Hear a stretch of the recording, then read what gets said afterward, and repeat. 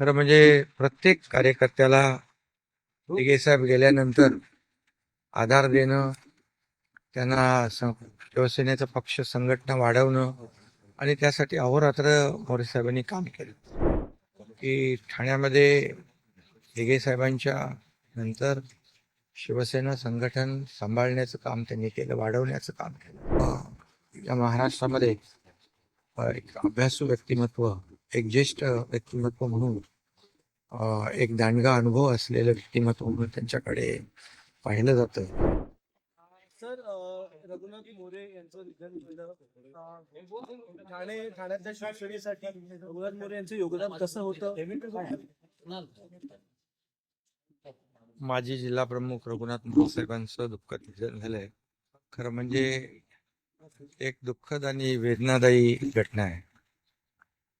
खरं म्हणजे माझ्यासाठी तर ते अगदी धर्मवीर आनंद दिघे साहेबांच्या सानिध्यामध्ये काम करत असताना मोरे साहेबांनी खूप मला मार्गदर्शन केलं आणि माझ्या या यशस्वी वाटचालीमध्ये देखील मोरे साहेबांचा देखील मोठा सहभाग.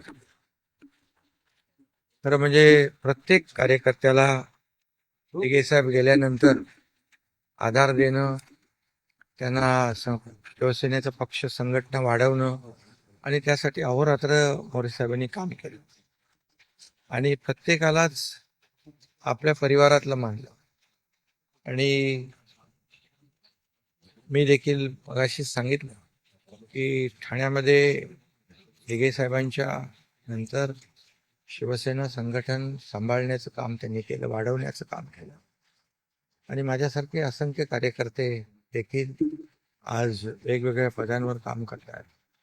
त्याच्या पाठीशी देखील मोरे साहेबांचं सहकार्य, त्यांचं मार्गदर्शन होतं आणि अशा या खरं म्हणजे एक कडवट बाळासाहेबांच्या, दिघेसाहेबांच्या विचाराचा कडवट शिवसैनिक आज आमच्यामध्ये नाहीत.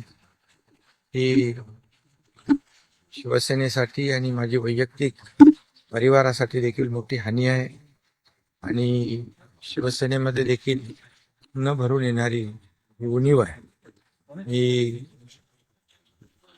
त्यांच्या परिवाराला हे दुःख पचवण्याची शक्ती ईश्वराने द्यावी अशा प्रकारची प्रार्थना करतो आणि त्यांचा परिवार देखील आमचाच परिवार आहे, शिवसेना परिवार आहे आणि त्याच्या पाठीशी आम्ही सातत्याने एक परिवार म्हणून उभा राहू अशा प्रकारच्या भावना व्यक्त करतो.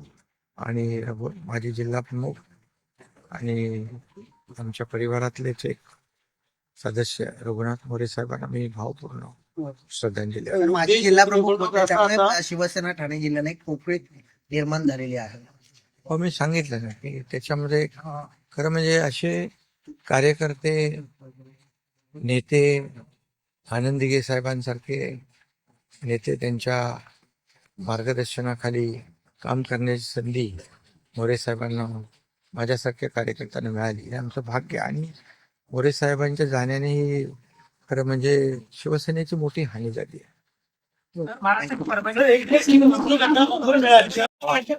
शरद पवार यांचा वाढदिवस आहे, एक ज्येष्ठ नेते आहेत महाराष्ट्र राज्यातले, तुम्ही ट्विट देखील करून त्यांना शुभेच्छा दिल्या. आदरणीय शरदचंद्र पवार साहेबांना वाढदिवसाच्या शुभेच्छा मी ट्विटद्वारे दिलेल्या आहेत.